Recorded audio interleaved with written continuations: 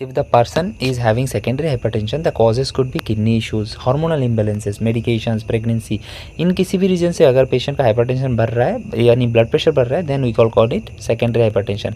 लेकिन suppose the patient is obese और the patient's genetics मतलब हिज फादर और mother had hypertension, or the patient sedentary lifestyle does not work out, or he smokes or eats junky food, consume alcohols. These reasons, for being these reasons, if the patient is having the hypertension, these are not the solid reasons, right? So that time we call it primary hypertension. Okay, now what could be the risk factors of hypertension? If the person is having hypertension, or the person is suppose a person is more prone to hypertension, who could be that person? किसको ज़्यादा होने का chances? जो ज़्यादा salt यानी sodium consume करता है, okay, जो अल्कोहल ज़्यादा रहता है, जिसका पोटेशियम कंजम्पशन कम है, okay, because potassium regulates salt level मतलब sodium level and blood pressure. So sodium potassium level high होने से अच्छा है, कम होने से ब्लड प्रेशर का रिस्क बढ़ जाता है.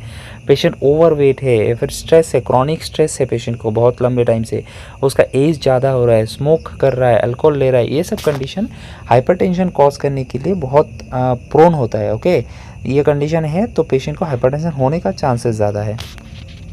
Now suppose some person is having hypertension, what could be the symptoms you will feel? You will feel headache, okay, morning time पे ज़्यादा होता है, डिजीनेस, बहुत डिजीनेस फील करेगा, टायर्ड फील करेगा बहुत लंबा टाइम तक. उसके बाद उसको चेस्ट पेन होगा क्योंकि ब्लड ठीक ठाक नहीं पहुंच रहा है हार्ट में. ब्लरी विजन होगा, वो आंखों से ठीक ठाक नहीं देख पाएगा. उसका शॉर्टनेस ऑफ ब्रेथ होगा, ऑब्वियसली ऑक्सीजन नहीं पहुंच रहा है इसलिए. और सीरियस केसेस में नोज ब्लीड भी हो सकता है पेशेंट का.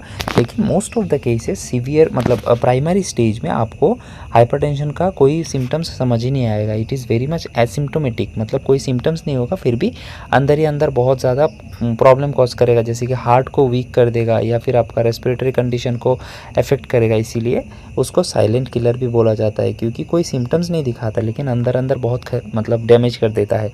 ओके, अगर सिम्टम्स दिखाता है तो this could be the possible symptoms of hypertension. Now suppose if a patient is having hypertension, what could be the possible complications, मतलब उसको और क्या क्या प्रॉब्लम हो सकता है. उसका हार्ट अटैक का चांसेस बढ़ जाता है, स्ट्रोक होने का चांसेस बढ़ जाता है, किडनी डैमेज होने का, विजन लॉस होने का चांसेस बढ़ जाता है. Okay, this could be the complication. Normally हम लोग कैसे मेजर करते हैं ब्लड प्रेशर को? स्पेग्मोमेनोमीटर करके एक मशीन आता है, राइट. स्पेग्मोमेनोमीटर ऑटोमेटेड भी आता है और आप लोग उसको मैनुअली भी यूज़ कर सकते हो. उससे हम लोग ब्लड प्रेशर मेजर कर सकते हैं, right. Now, if the patient is having hypertension, how can he prevent this and what medicines he should be taking to treat that condition? Next video में हम लोग उसको डिटेल में समझने का कोशिश करेंगे. Thank you for watching this one.